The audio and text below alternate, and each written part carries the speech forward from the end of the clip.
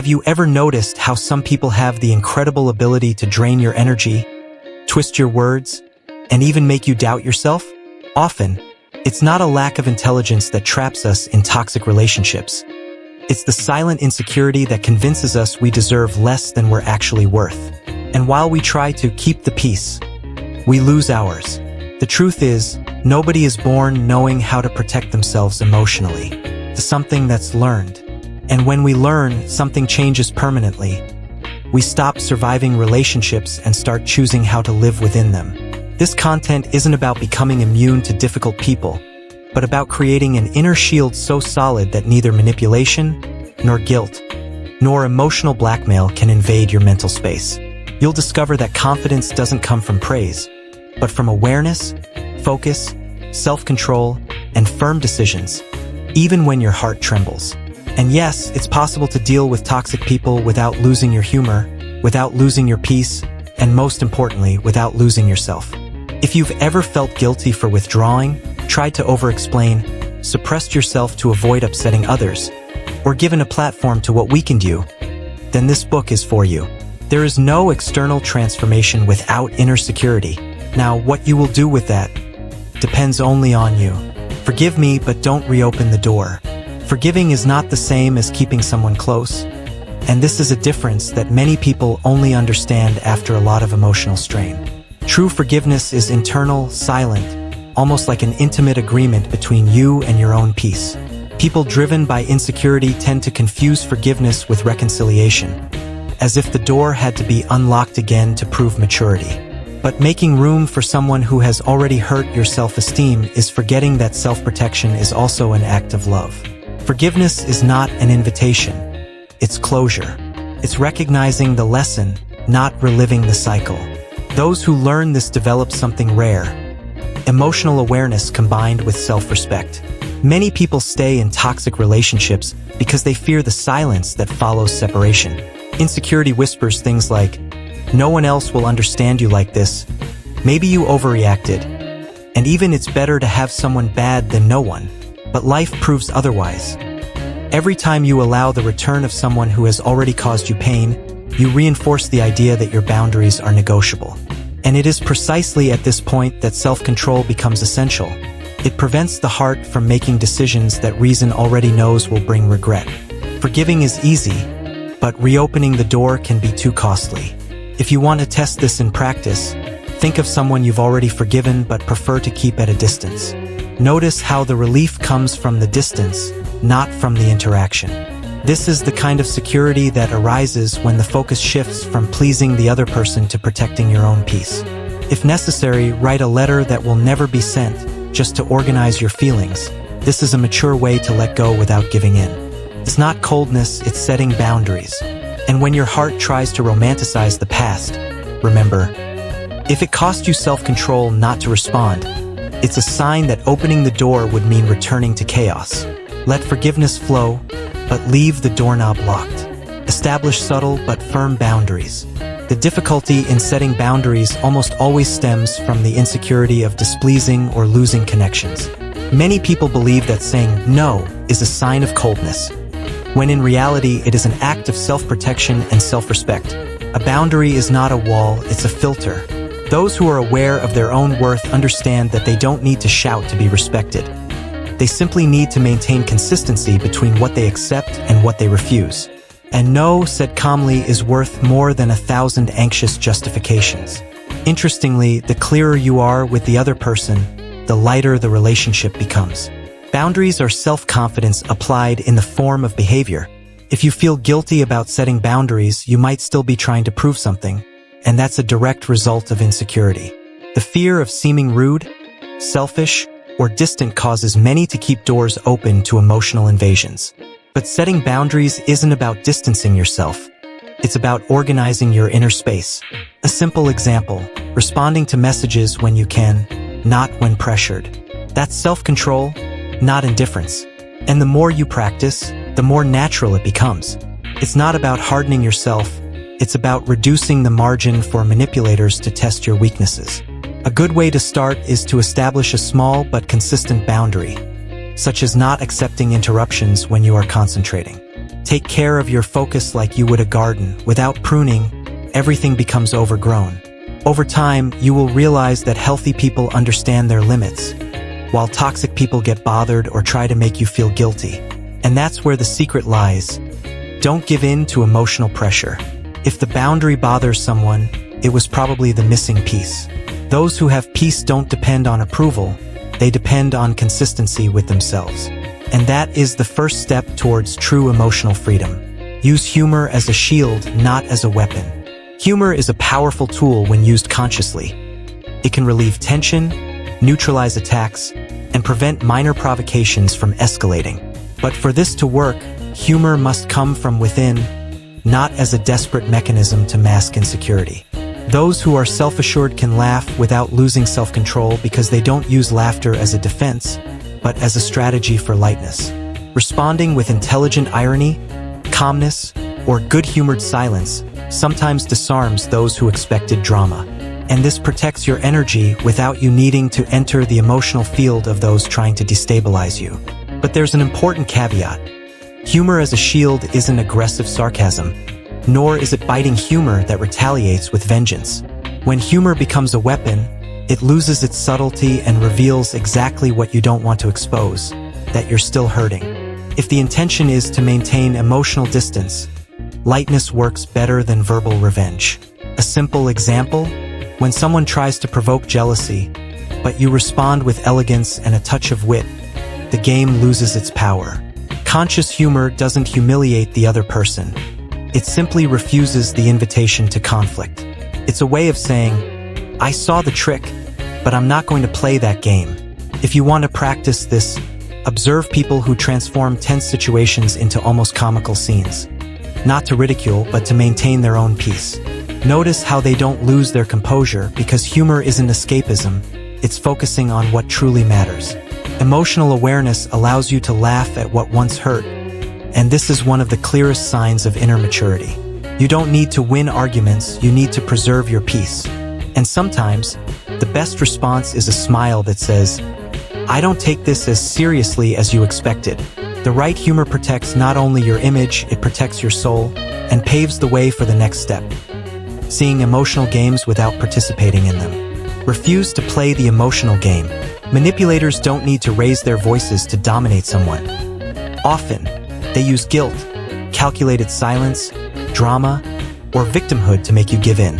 And those who still struggle with insecurity often fall into this trap, trying to explain themselves, justify themselves, or prove that they did nothing wrong. But true strength lies in not playing the game. Nothing disarms a manipulator more than your emotional detachment combined with self-control. When you don't respond to their theatrics, they lose the stage.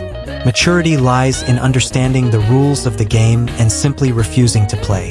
It's common for insecure people to feel the need to defend themselves, believing they need to clarify everything to avoid appearing selfish, cold, or insensitive.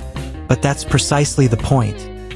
The more you explain yourself, the more power the other person gains over your reaction. Instead, try pausing.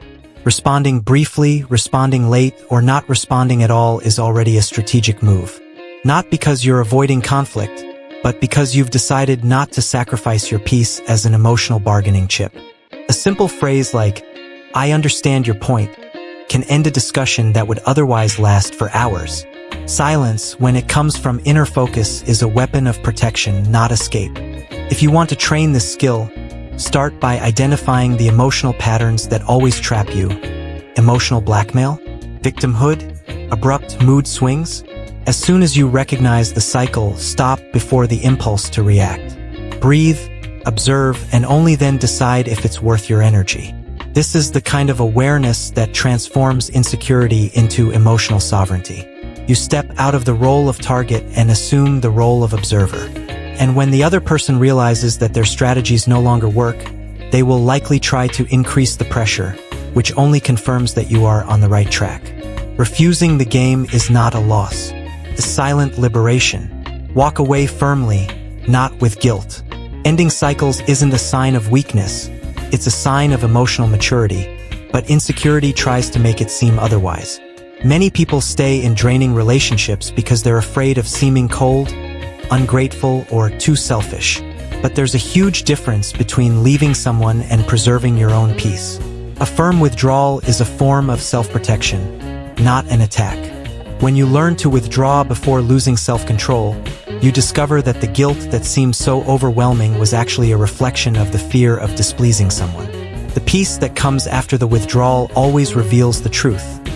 You weren't exaggerating, you were just betraying yourself. It's important to understand that distancing yourself doesn't need to be announced with long speeches, emotional justifications, or dramatic explanations.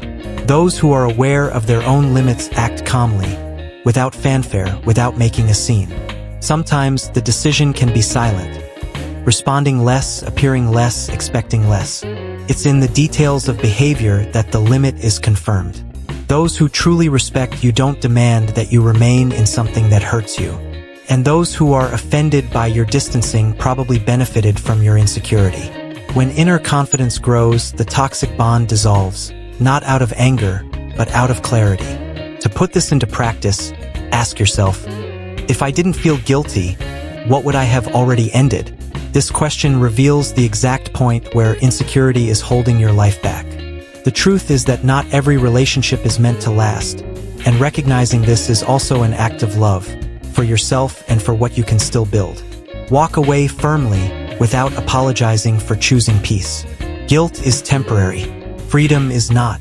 And when you realize how your focus returns, how your body breathes better and your mind slows down, you will understand that the separation was, in fact, a reunion with yourself. Don't give a platform to what weakens you. When something or someone hurts us, it's natural to want to vent. Tell the story 1,000 times, seek validation, and try to understand what happened. But repeatedly talking about what hurts is like keeping the wound open. The more you recount it, the more focus you give to what should be losing ground within you. Insecurity tries to convince you that sharing the pain relieves it, when sometimes it only prolongs the emotional bond with someone who no longer deserves a place in your life. Silence is not weakness, it's a form of self-protection. Those who learn to keep some battles private develop something rare, emotional sovereignty. A practical way to realize if you're giving prominence to what weakens you is to observe how much that subject occupies your thoughts and conversations. When the story becomes a recurring theme, it's a sign that there's still an active emotional bond, even if the person has already left your physical routine. And that's where the power of distancing comes in, not just physical but mental. If every time someone mentions the person's name you feel your energy drop, it's because you're still giving them too much space. And space is a stage. Withdrawing attention isn't ignoring reality. It's taking the spotlight off what no longer deserves the spotlight. If you want to speed up the process, replace the narrative of pain with the construction of something concrete. New habits, projects, readings, exercises, any action that gives direction back to your life. Takes work, of course, because the insecure mind loves to revisit the past. It tries to find meaning, justice, explanation. But mature consciousness knows that self-control is choosing where to put energy. When you stop feeding the drama, it starves. And when the mind finally gets used to the silence, it understands the lesson. Not everything needs to be said, but everything needs to be overcome. And to overcome, you don't need to expose yourself. You need to rebuild yourself. Use focus as armor. When you direct your energy toward what builds your life, instead of reacting to what provokes you, something powerful happens. Toxicity loses ground. Insecure people easily succumb to external chaos because they still want to prove their worth to others, respond, justify themselves, be seen. But when inner security grows, the game changes, you stop reacting and start choosing. Focus transforms into a kind of emotional armor. It protects, guides, organizes. It's what prevents you from wasting energy on useless dialogues, meaningless arguments, or expectations that only fuel frustration. Those who know where they want to go are not distracted by those who try to divert them from the path. But maintaining focus isn't automatic. It's daily practice. The modern world is built to steal your attention. Notifications, comparisons, other people's opinions, emotional manipulation disguised as affection. And if you're not aware of what you absorb, your mind becomes a repository of noise. Therefore, focus isn't just on what to do, but on what to ignore. This requires boundaries, self-control, and the courage to disappoint those who wanted to see you available all the time. There is no personal growth without some level of strategic distancing, even from what seems harmless. If you want to strengthen this focus and practice, try creating small, non-negotiable routines. 30 minutes of daily reading, a silent walk, a period without social media, a handwritten list of goals. Don't underestimate the power of this. When the brain understands that you live by choices and not by reactions, your self-esteem rises. And with it, insecurity decreases. Focus is the armor that prevents manipulation, criticism, or judgment from directly accessing your emotional center. Those who have direction don't engage in unnecessary battles. And it is at this point that life begins to change. Not when you prove your worth, but when you build value. Choose your companions wisely. Insecurity has a curious effect. It makes us accept presences that diminish us, just so we don't have to be alone. Many people maintain toxic relationships not out of affection, but out of fear of silence, of emptiness, of their own company. But when you begin to develop awareness of your own worth, you understand that being alone was never the problem. The problem is being in bad company. People who drain your energy, question your boundaries, or play with your emotions don't deserve access to your daily life.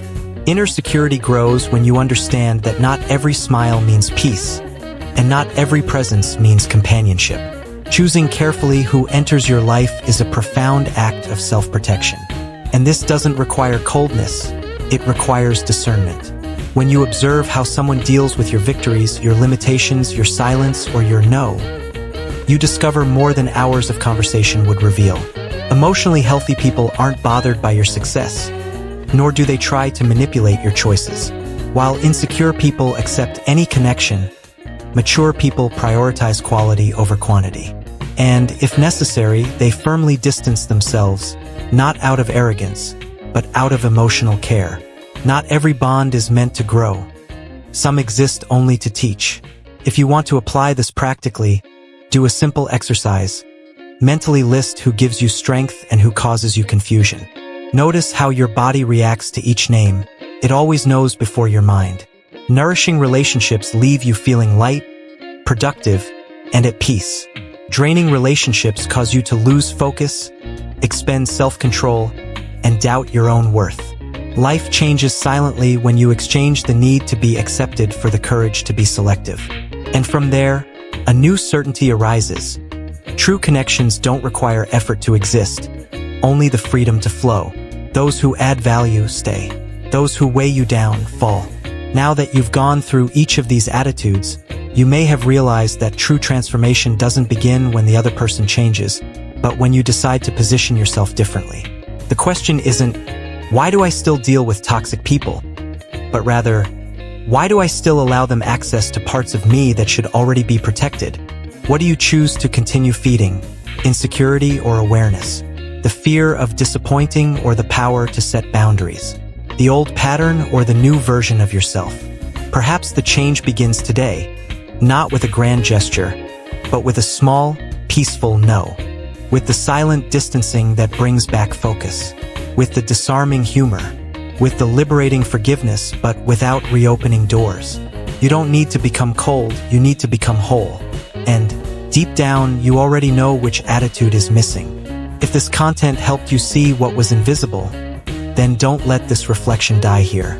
Subscribe to the channel, turn on notifications, and continue strengthening your emotional security with each new piece of content. Transformation doesn't happen in a day, but it begins the day you decide not to accept less than you deserve.